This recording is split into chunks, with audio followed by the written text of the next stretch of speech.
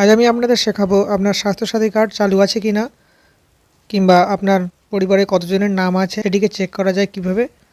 তার জন্য আপনাদের সর্বপ্রথম গুগল ক্রোম ব্রাউজার ওপেন করতে হবে। এখানে আপনার সার্চ করতে হবে স্বাস্থ্যসাথী এর অফিসিয়াল ওয়েবসাইট, এটিকে আপনার ওকে করতে হবে। এবার আপনার এই সামনে যে কার্ড ভেরিফিকেশন এই অপশানটি দেখতে পাচ্ছেন, এটিকে আপনার ওকে করতে হবে।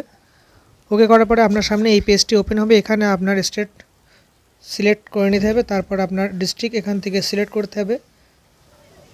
এবার আপনার ইউআরএন নাম্বার সিলেক্ট করতে হবে।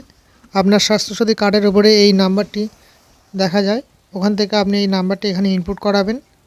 ইনপুট করানোর পরে আপনার সাবমিট অপশানটি করতে হবে। এখানে আপনার ফ্যামিলি ডিটেলস ফুল দেখা যাবে, আপনার ডিস্ট্রিক্ট নেম, তারপরে কত তারিখে ইস্যু হয়েছে, ইউআরএন নাম্বার, মেম্বার আইডি, এখানে সম্পূর্ণ ডিটেলস এখানে দেখা যাবে। এবং ডান সাইডে দেখতে পাবেন যে কার্ড স্ট্যাটাস, এখানে আপনার অ্যাক্টিভ দেখালে আপনি মনে করবেন যে আপনার কার্ডটি এখনও চালু আছে।